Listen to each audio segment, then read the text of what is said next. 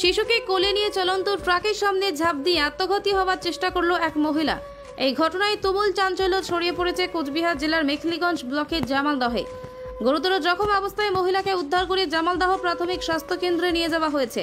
সেখান থেকে উন্নতর চিকিৎসার জন্য জখম মহিলাকে অন্যত্র রেফার করে দেওয়া হয়েছে। পুলিশ ও হাসপাতাল সূত্রে জানা গিয়েছে ওই মহিলার নাম রুকসানা বিবি, বাড়ি জামালদহের 201 নম্বর সাতঘড়িয়া এলাকায়। ঘটনাটি বৃহস্পতিবার সকাল 11টা নাগাদ চ্যাংরাবান্ধা জামালদহ রাজ্য সড়কের জামালদহ বনাঞ্চল সংলগ্ন শিববাড়ি এলাকায় ঘটেছে। ভাগ্যে জুড়ে 7 বছরের শিশু কন্যাটি বেঁচে যায় বলে জানা গিয়েছে, কিন্তু মায়ের অবস্থা গুরুতর।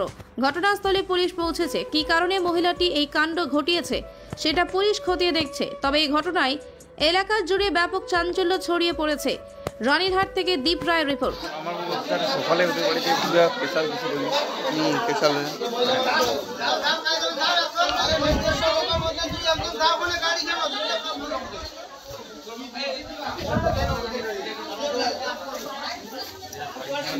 সিনিয়র বানাবে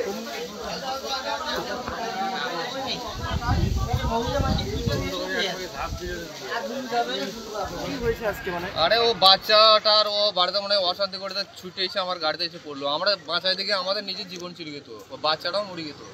কখন হয়েছে ঘটনাটা? আরে এখনই 10 মিনিট। আপনারা কি গাড়ি নিয়ে আসছিলেন? আমরা লরি যাচ্ছিলাম।